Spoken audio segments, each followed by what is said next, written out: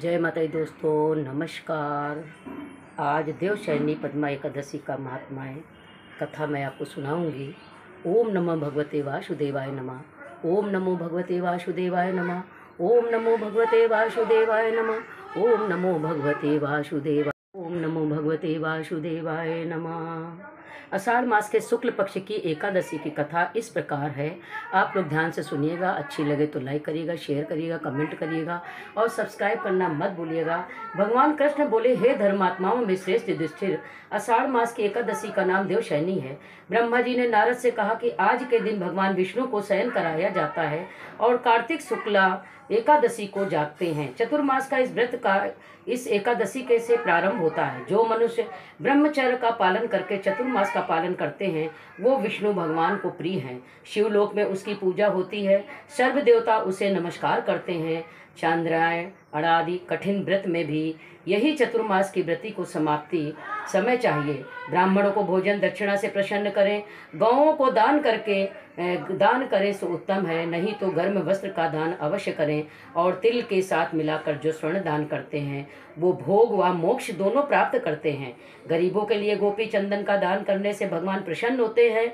हल्दी के दान से गौरी शंकर को प्रसन्नता होती है और चांदी के पात्र में धर करके हल्दी का दान करते हैं। ओम नमो भगवते वासुदेवाय नमः। हल्दी का दान करते हैं।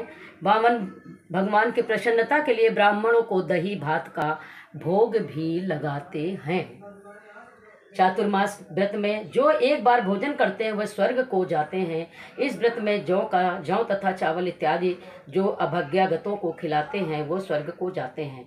अब पद्मा एकादशी के महात्मा की एक पौराणिक कथा कहता हूँ। सूर्यवंश में मानधाता राजा प्रसिद्ध सत्यवादी अयोध्यापुरी में राज करता था। एक समय उसके राज्य में अकाल पड़ गया। प्रजा दुखी होकर के भूख से मरने लगी। हवन आदि शुभ कर्म बंद हो गए। राजा को कष्ट हुआ। देखिए राजा को क्या कष्ट हुआ। राजा को कष्ट हुआ, इसी चिंता में वन को चल पड़ा।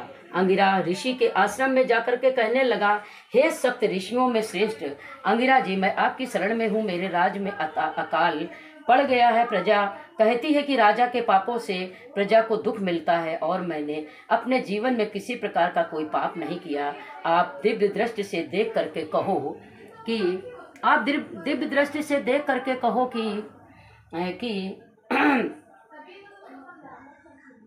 कहो कि अकाल पड़ने का क्या कारण है।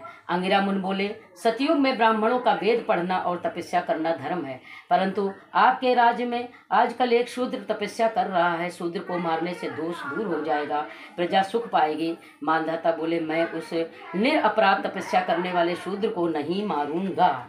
देखिए आगे सुनिए। राजा ने बोला कि मैं उस शूद्र को निरपराध जो तपस्या कर रहा है उसको मैं नहीं मारूंगा। आप इस संकट से छूटने का और कोई सुगम उपाय बताइए। ऋषिराज बोले, सुगम उपाय कहता हूँ। भोग तथा मोक्ष देने वाली देवशयनी एकादशी है, इसका विधि पूर्वक व्रत करो। उसके प्रभाव से चतुर्मास तक वर्षा होती रहेगी।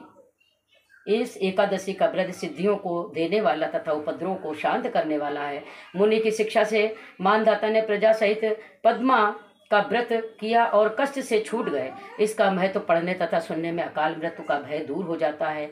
आज के दिन तुलसी का बीज पृथ्वी पर गमले पर बोया जाए तो महान पुण्य होता है। तुलसी की छुई हुई पवन से भी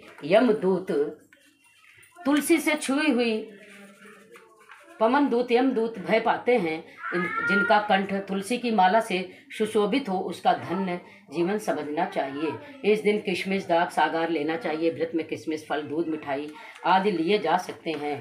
बोलो देवशयनी एकादशी की जय हो। ओम नमो भगवते वासुदेवाय नमः। ओम नमो भगवते वासुदेवाय नमः। ओम नमो भगवते वासुदेवाय नमः। ओम नमो भगवते वासुदेवाय नमः। ओम नमो भगवते वासुदेवाय नमः। जय माता दी।